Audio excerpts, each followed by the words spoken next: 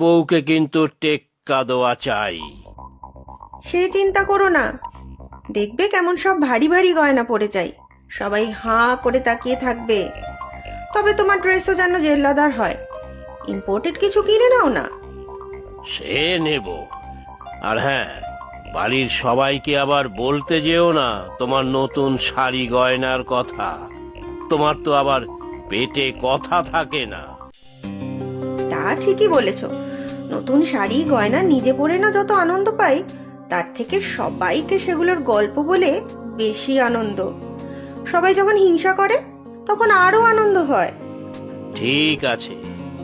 আর হ্যাঁ, তোমার আমার পোশাক শাড়ি যখন কিনবো, তখন না হয় বাড়ির অন্য সবার জন্য নতুন পোশাক কিনে আনবো, কি বলো? সে তুমি যা ভালো বোঝো করো।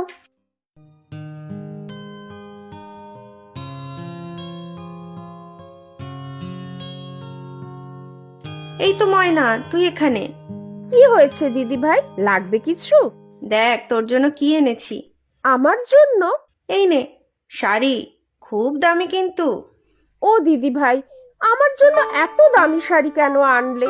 আমি তো এত দামি শাড়ি পরি না। সে তো জানি, এত দামি শাড়ি পরলে সাথে অন্য সবও দামি দামি পরতে হয়, না হলে মানায় না।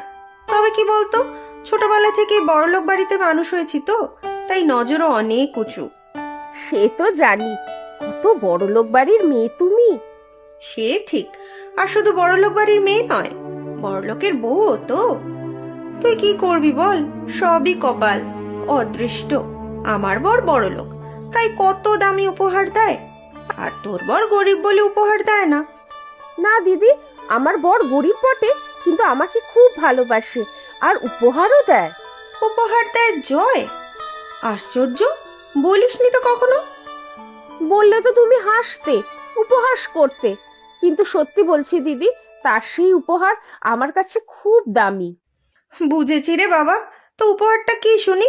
শাড়ি নাকি গয়না, নাকি বিদেশ ভ্রমণের টিকিট? ওসব না গো, ওসব না তবে?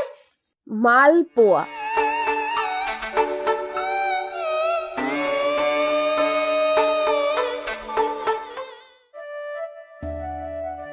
সত্যি গো, আমি মাঝে মাঝে ভাবি, তুমি যদি অনেক বড় লোক হতে, অনেক উপার্জন করতে, তাহলে কি আমি বেশি সুখী হতাম?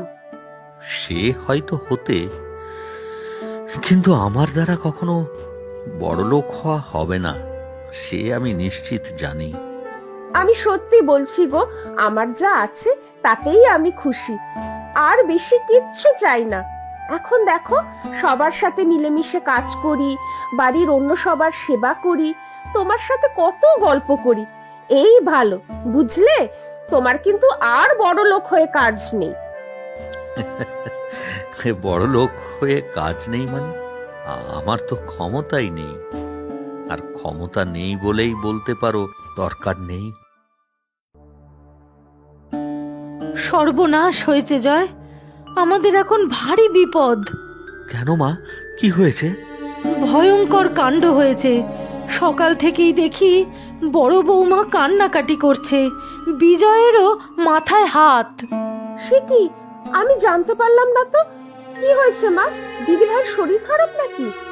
বিজয়ের এত বড় কোম্পানি একদিনেই ডুবে গেছে। এ কি বলছো মা? দাদার অত বড় কারবার